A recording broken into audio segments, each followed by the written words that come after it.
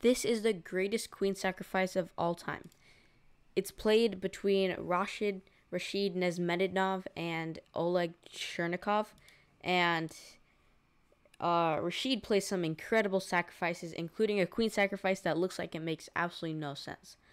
Okay, so Rashid starts out with e4. His opponent plays a Sicilian. We have an open Sicilian on the board, and then we have a g6 initiating the accelerated dragon. Knight c3, bishop d7, bishop e3 guarding the knight. Knight f6, bishop c4, castles, and bishop b3. And if you notice, this position is the same exact position that happened against Bobby Fischer and Samuel Reshevsky, which I actually covered in the game, where Reshevsky played on knight a5, and after e5, he lost to bishop f7.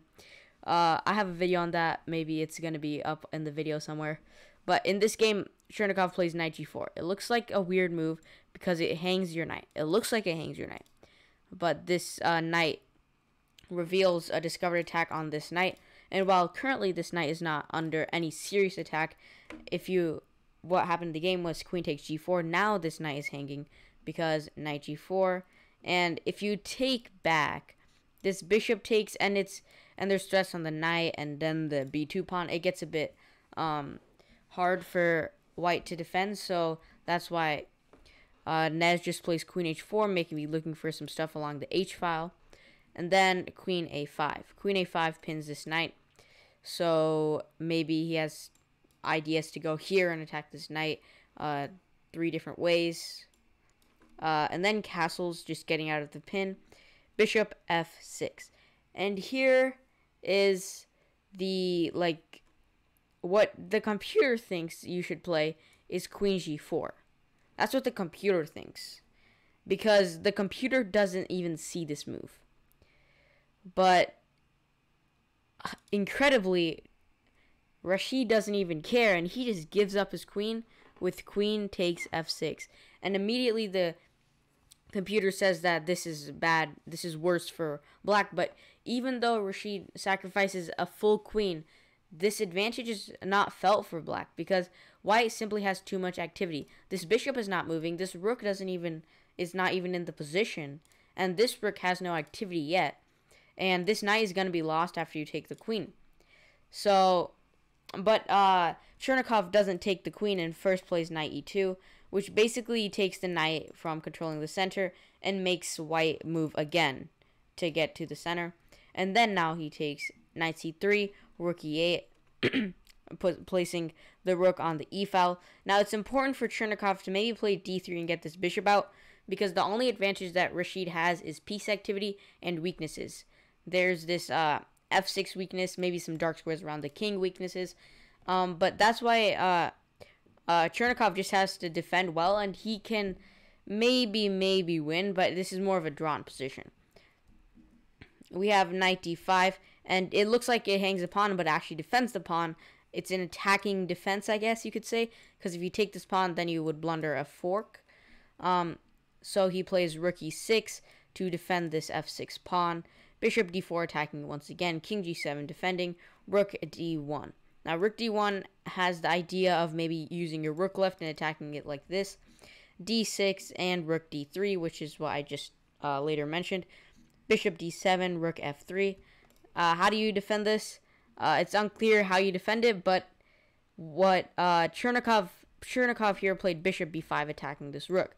But what he had to play was rook e5. It looks like a weird move, but he had to play this because he has to understand that this bishop is worth more than this rook because of its dangerous threats on the black king. And even though you would be down in exchange after all the trades are done, it would actually be better for black because now black doesn't have any dark squared weaknesses, or any weaknesses in fact, just this pawn. Which if you take, there's no other real weaknesses because this pawn is defended. You're also, not to mention, you have a queen and white doesn't. So Chernikov had to realize that, but he didn't and played bishop b5 instead. It's not a horrible move, but this is now better for white, and now it's black trying to fight for the draw. And we have bishop c3, just attacking the queen, counterattacking the queen, so you have to move the queen. And then he takes on f6, and you can't take because this rook would be pinned, so you don't even first of all, I mean, taking just, it's kind of a fork, you know. It's a fork, but after all the trades are done, uh, it's even, it's even. But Rashid is up a pawn, but you know, it's not so clear why. But Chernakov plays bishop e2.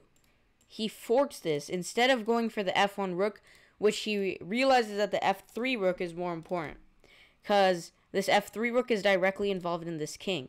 Meanwhile, this f1 rook doesn't have any like place in the game. It's doing nothing.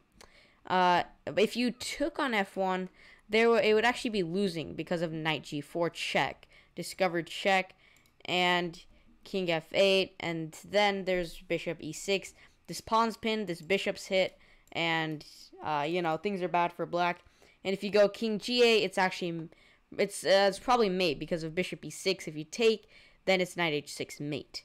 So yeah, that's what happens if so he didn't take and he played bishop e2. And then but the problem is it runs into knight takes h7 check. It sacrifices the knight. Why? Because if you take, then this bishop is like never gonna get in the game, you know. This bishop, we will try to make sure that it won't get in the game, first of all. And it can't go there. But rook f7, check. And after king h6, you can take on e6. The rook is undefended. And Rashid is up 2 points of material, but not yet because takes on the rook. Now what do? You give a check on g7, and then g4 check. King h4, you'll take back. And here, white is absolutely crushing because of this king. And not to mention material is equal. So yeah, you can't really take the knight. So Chernakov just moves the king back. And now Rashid plays rook h3. Again, you cannot take because of knight g5. And, for example, knight g5. And now you're threatening mate. Here, it's really hard to stop that. But here, Chernakov plays a really nice move, rook e5. Now he realizes that this bishop is an absolute monster on this diagonal, and he is fine with exchanging it for the rook. Even though Chernakov would lose material, it's fine, because you can't take, because again, black has a queen and a white doesn't, not to mention this rook is being hit. So you have to realize that, and obviously Rashid, being the player he is, doesn't actually take it. Instead, he plays f4, attacking you with the pawn.